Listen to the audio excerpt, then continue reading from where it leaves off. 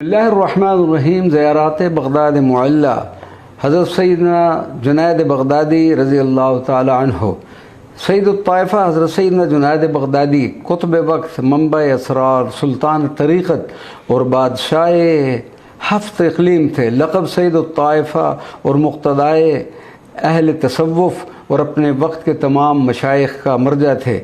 آپ کی ولادت باسعادت عراق میں ہوئی۔ حضرت ابی ثور سے فقہ پڑھی۔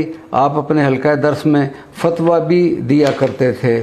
پھر اپنے ماموں حضرت شیخ سر سقطی، حارث المحاسبی اور دوسرے کبائر شیوخ سے فیض حاصل کیا۔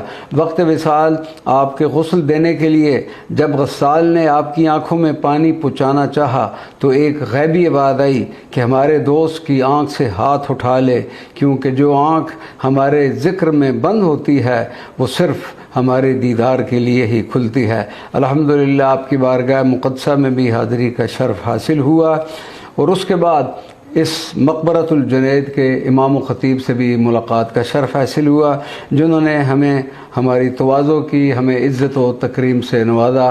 اللہ تبارک و تعالی انہیں جزائے خیر عطا فرمائے۔